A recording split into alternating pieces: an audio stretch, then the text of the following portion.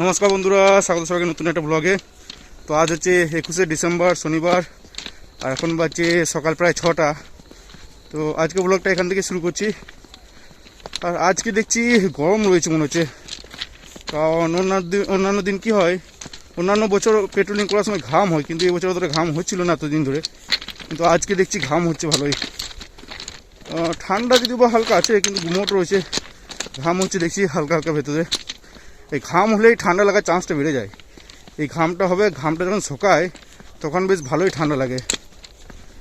তো মোটামুটি 13 আর 14 নম্বর গেটে মাঝে মাঝে চলে এসেছি। আর যাই হোক, আজকে কুয়াশাটা করেনি। লাস্ট কদিন ধরে বেশ ভালোই কুয়াশা করছিল। কুয়াশা করলে ওই নাকে কুয়াশা ঢুকলেই ঠান্ডা লেগে যায় আর কি। যদিও হালকা হালকা ঠান্ডা লেগেছে, নাক তালু জ্বালা করছে মনে হচ্ছে। তো যাই, 14 নম্বর গেটে সাইনটা করাই, তারপরে বেরিয়ে পড়বো। এই বোর্ডগুলো অনেকটা ওই মেন্টাল সাপোর্ট দেয় আর কি, কারণ এগুলো একটা নির্দিষ্ট দূরত্বে আর কি লাগানো থাকে। এটা যেমন হুইসেল বোর্ড আছে লেভেল ক্রসিংয়ের জন্য, তো এটা 14 নম্বর গেটের জন্য। তো হাঁটার সময় বোঝা যায় যে, আর এটা 600 মিটার দূরে লাগানো থাকে। তো পেট্রোলিং ডিউটি করার সময়, হেঁটে ফেরার সময় একটা মনে বল পাওয়া যায় আর কি, যে যাক আর 600 মিটার আছে, 600 মিটার দূরে গিয়ে ডিউটি শেষ হবে আর কি, এরকম একটা বল পাওয়া যায় মনে। আর এখানে তোমাদের একটা জিনিস দেখায়, একটা খরগোশ কাটা পড়েছে মনে হচ্ছে এখানটাতে। তো এই যে এইদিকে আছে, বডিটা আছে এখানে, আর এই সাইডটাতে এই যে এইদিকে আছে, মাথাটা আছে এখানে। তো এইগুলো হচ্ছে মেঠো খরগোশ আর কি, মাঠে থাকে। রঙটা ধূসর কালারের হয়, বাড়িতে যেগুলো থাকে সেগুলো সাদা রঙের হয় আর কি। তো এই খরগোশগুলোর স্পিড কিন্তু বেশ ভালোই থাকে নর্মাল খরগোশের থেকে, কিন্তু এত স্পিডে কীভাবে ট্রেনে কাটা পড়ছে সেটাই ব্যাপার আর কি। আর এত ছোট আর এত স্পিড, তাও কীভাবে যে ট্রেনে কাটা পড়ে যাচ্ছে। 7টার সময় ডিউটি অফ করে বেরিয়ে পড়লাম। আর আজকে পাড়া হাউস আসার সঙ্গে সঙ্গে বাসও পেয়ে গেলাম। আর ভাগ্য ভালো ছিল যে বাসে চেপে সিটও পেয়ে গেলাম, কারণ এই পেট্রোলিং ডিউটি করার পর, ডিউটি যখন অফ করি তখন পায়ে বেশ ভালোই ব্যথা করে আর কি, এত হাঁটাহাঁটির পর। আর এই বাসে সিট না পেলে প্রায় 40-45 মিনিট দাঁড়িয়ে বাড়ি ফেরা খুব মুশকিল হয়ে যায়। তো যাই হোক, ভালোই ভালো সিটটাও পেয়ে গেলাম। আর এদিকে সকাল থেকে দেখছি রোদ উঠতে শুরু করেছে এই দিকটায়। তো এমনি সকাল থেকে তো ঠান্ডাই ছিল, কিন্তু এই কিছুক্ষণ পরে যখন রোদটা উঠতে শুরু করে তখন আবার গরম লাগতে শুরু করে। তো যাই হোক, বাস ধরে চলে এলাম বাড়ি।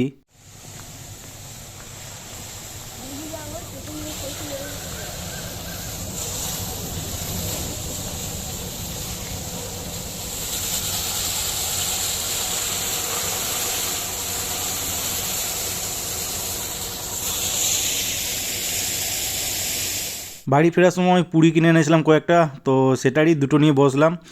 আর আজকেও পুরিগুলো কড়া করে ভাজা করালাম, নইলে কাঁচা কাঁচা থেকে যাচ্ছিলো কদিন। তো এই যেদিকে পুরি ছিল দুটো, আর পুরির সাথে ছিল ঘুগনি। তো ঘুগনিতে লাস্ট কয়েকদিন ধরে দেখছি লবণ একদম কম দিচ্ছে, তো ঘুগনিটা অনেকটা খেতে মিষ্টি মিষ্টি লাগছিলো আর কি। তো যাই হোক, পুরি ঘুগনি খাওয়ার পর তারপরে উপরে যেয়ে শুয়েছিলাম। তো পাশের বাড়িতে শুরু হয়েছে ধান ঝরানো। তো এখন তো সব ধান মেশিনেই ঝরানো হয়, কিন্তু আগে যখন গ্রামে থাকতাম ছোটোবেলায়, তখন দেখতাম পাটাতে ধান ঝরাচ্ছে। তো গাছের পাটাটা একটু অ্যাঙ্গেল করে কাত করে রাখা থাকতো, আর তার উপরে খড়গুলো পিটিয়ে পিটিয়ে ধান ঝরানো হতো আর কি। তো তারপরে তো এলো মেশিন। তো মেশিনে এখনও সেম মেশিনই আছে, কিন্তু মেশিনে আগে পায়ে প্যাডেল করে ধান ঝরাতো, কিন্তু এখন দেখছি সেসব উঠে গেছে। সেম মেশিনই আছে কিন্তু মোটর সিস্টেম আর কি। তো পায়ের কোনো কারবার নেই, যা হবে মোটরে চলবে, আর হাতে খড়ে আটিয়ে দিয়ে ধান ঝরানো হবে আর কি। আর এই ধান ঝরানোর সময় একটা যেটা সমস্যা হয়, ধুলো উড়োয় প্রচণ্ড। তো দরজা জানলাম ম্যাক্সিমাম টাইম বন্ধই রাখতে হয় যতক্ষণ ধান ঝরানো হয় আর কি। তো যাই হোক, টিফিন টিফিন তো কমপ্লিট, আর বাড়িতে এসে শুয়েছিলাম, রেস্টই করছিলাম। আর ট্যাঙ্কে জলও দেখছি শেষ হয়ে গেছে, তো সাবমার্সিবলটা একবার চালাতে হবে। তো এখন যেটা সমস্যা হচ্ছে, সাবমার্সিবলটা সকাল সকালই চালাতে হচ্ছে, জলটা সকালে শেষ হচ্ছে। তো সন্ধ্যের সময় যখন স্নান করছি তখন দেখছি জল আবার ঠান্ডা হয়ে যাচ্ছে আর কি। তো ভাবছি এবারে সকাল সকালে স্নানটা সেরে ফেলবো। তো যাই, স্নান টান সারি, আর দেখি দুপুরে আজকে বিরিয়ানি আনার প্ল্যান হচ্ছে। তো একদম দুপুরে লাঞ্চ করার পর তোমাদের সাথে কথা হবে আবার।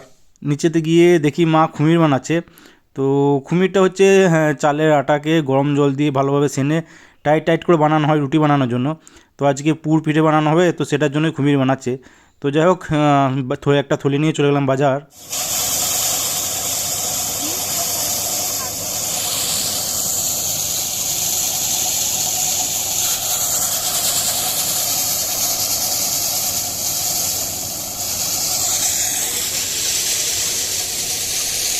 A few moments later. বাজার থেকে 4 প্লেট বিরিয়ানি কিনে তারপর চলে এলাম বাড়ি। আর বাড়ি ফিরে দেখি এই যে আরও একটা ধান ফেলা হয়েছে, তো এগুলো ঝরানোর কাজ শুরু হয়ে যাবে। তো যাই হোক, বাড়ি ফিরে স্নান টান সেরে তারপরে বসলাম লাঞ্চ করতে। আর এই যে চিকেন বিরিয়ানি এনেছিলাম, তো সেটা নিয়ে বসলাম। তো আজকে মা বাদ দিয়ে সবাই বিরিয়ানি দুপুরে সবাই বিরিয়ানি খেলাম আর কি। আর এদিকে বিরিয়ানির সাথে ছিল স্যালাড, তো বেশ ভরপেট জমিয়ে খাওয়া হলো বিরিয়ানিটা। তো যাই হোক, বিরিয়ানি খাওয়ার পর তারপরে ঘুমিয়ে পড়লাম। 2000 years later. সন্ধ্যায় ঘুম থেকে উঠে রেডি হয়ে গেলাম বেরোনোর জন্য, আর খিদেও পেয়েছিল। তো নিচেতে ছিল কেক, এই যে বাপুজি কেক ধরনের কেক। তো কেকটা খেয়েই বেরিয়ে পড়লাম, আর গিয়ে বাসও পেয়ে গেলাম সঙ্গে সঙ্গে। তো রেস্ট রুমে এসে বসেই ছিলাম, রেস্ট করছিলাম। প্রায় 9টার সময় বসলাম ডিনার করতে। আর ডিনারে এই যে 3টে পুর পিঠে এনেছিলাম। তো ভেতরে পুর বলতে ডালের পুর দেওয়া ভেতরে রুটিগুলোর। আর এদিকে ছিল চিকেন আলুর ঝোল ছিল, একটু কষা কষা করেই রান্না করা। আর এদিকে ছিল নলেন গুড়ের রসগোল্লা ছিল একটা। তো ডিনার করার পর কিছুক্ষণ রেস্ট করলাম, তারপর বেরিয়ে পড়লাম নাইট ডিউটিতে। A few moments later. এখন প্রায় 12টা বাজছে, আর এখন থেকেই কুয়াশা দেখো জাস্ট, প্রচণ্ড ঘন কুয়াশা। নাক মুখ একদম ভিজে গেল কুয়াশাতে। তো এখন এরকম কুয়াশা হচ্ছে, মানে সারা রাত এরকম কুয়াশায় থাকবে, আর সারা রাত ধরে এরকম কুয়াশাতেই ডিউটি করতে হবে আর কি। তো কি আর করা যাবে, এইভাবেই ডিউটি করতে হবে। তো যাই হোক, আজকে ব্লগটা এখানে এন্ড করছি। ভিডিও ভালো লেগে থাকলে লাইক অবশ্যই করে দিও, আর ইউটিউব দেখতে গেলে সাবস্ক্রাইব করে নিও, ফেসবুক থেকে দিলে পেজটাকে ফলো করে নিও। তো আজকের মতো টাটা, বাই বাই, দেখা হচ্ছে আবার কালকে।